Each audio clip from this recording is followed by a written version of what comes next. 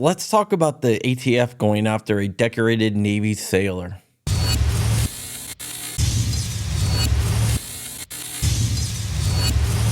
What's up, Wolverines? And before I begin, let me just say I'm sorry. I've been selling these for $25. So if you bought one, you can email me at info@crumpy.com. Yours will come out. I've been sick, so I haven't been able to ship them out, but they will be going out tomorrow. Still have about 15 left, so if anybody wants any, let me know. Okay, so I've been under the weather, like I said, but what else has been under the weather? The economy. We are in a recession, and right now I don't see it ending anytime soon. So I've been protecting my asset with the Lear Capital Advantage IRA. The Lear Capital Advantage IRA is a precious metal IRA where you actually get physical gold or silver. And right now, by calling 1-800-741-0551, you can get your free investor's guide to gold and silver.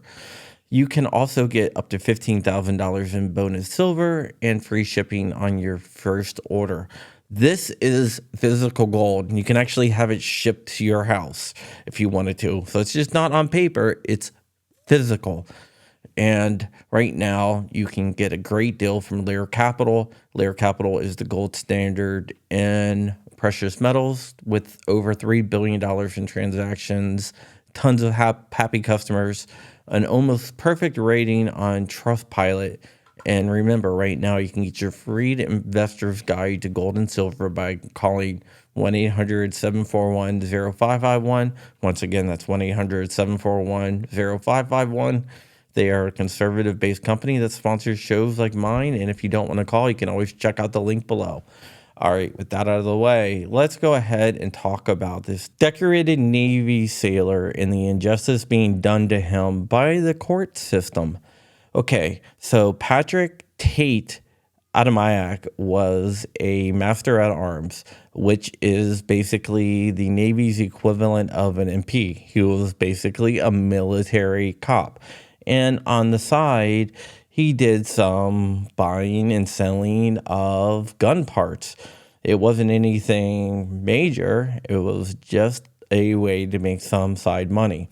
And a confidential informant approached him and talked him into brokering a deal through Gunbroker for a demilled MG42 kit from NFA. Now, Tate, as he's known to his friends, didn't really know the rules surrounding this because he figured, hey, it was sold on Gunbroker, he must be good to go. Well, this demilled kit only had one bandsaw cut through the receiver. If you don't know, the ATF requires 3 angled cuts through the receivers using a torch, which this didn't have. Man, all I gotta say is Gunbroker has some honeypots out there. So that was the first charge the ATF got him on, was transfer of a machine gun and constructive possession of a machine gun, since he paid for the machine gun with a company check. Remember, it was demilled. It would have to be welded back together and everything else, and he thought he was A-okay since it was on Gunbroker. And apparently that's not the case. Then he bought a couple of M203s, M79s from Big Daddy Unlimited. If you don't know, you can buy a receiver and have it sent to an FFL, do the paperwork on it, and it's A-okay. You don't know what that is? That's a 40 millimeter grenade launcher. As long as you don't have the barrel and the receiver attached, or that's what everyone always thought. So he got the receiver, did all the paperwork, just like he's required to under the Brady Act. He went through NICS and everything else and the GCA. And he took it home. He got the barrels. He kept them separate, locked up separately in his house. But again, they charged him with constructive possession because they said he could put those together, which is technically true, but everyone thought if you kept them separate and not attached, you're A-okay until your Form 1 came back. But apparently the ATF didn't think that was the case.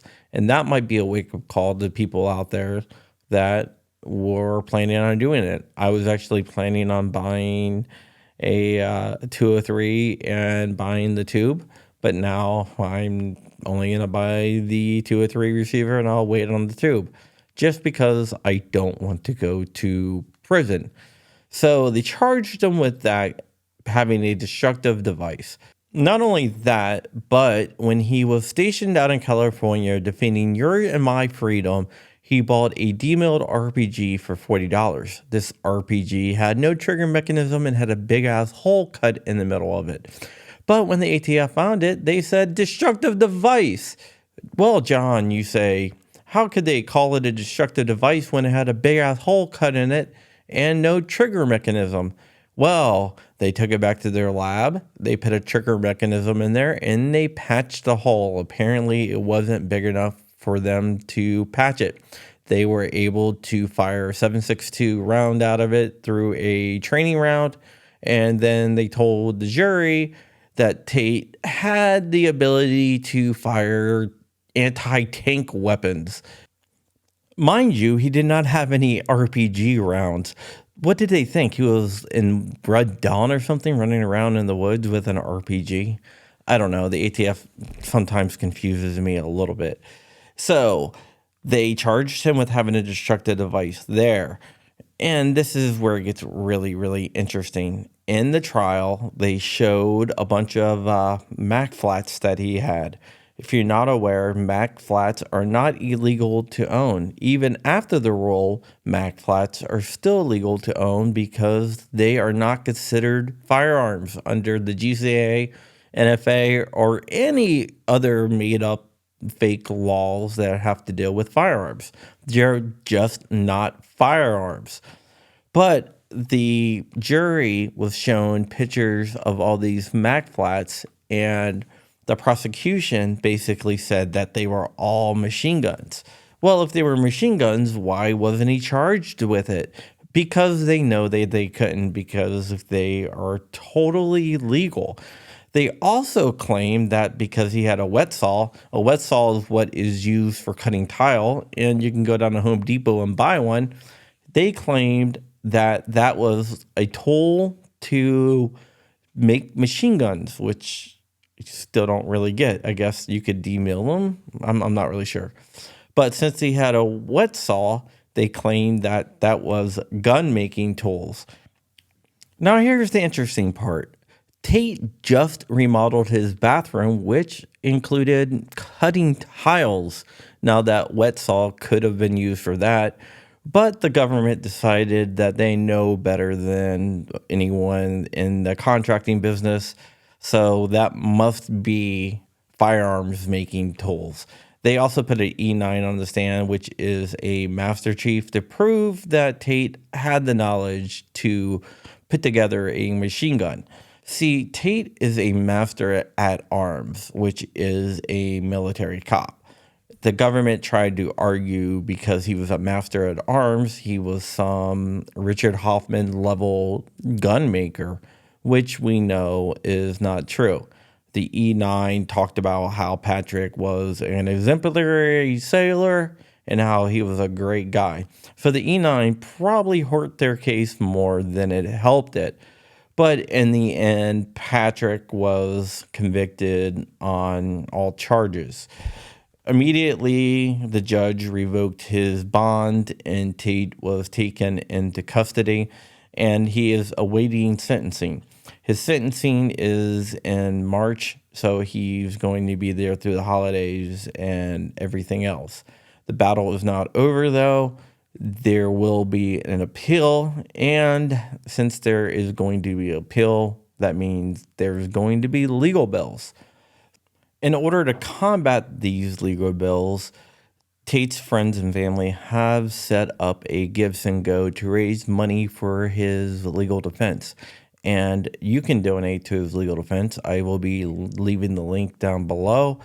I have done that at the request of his friends and family.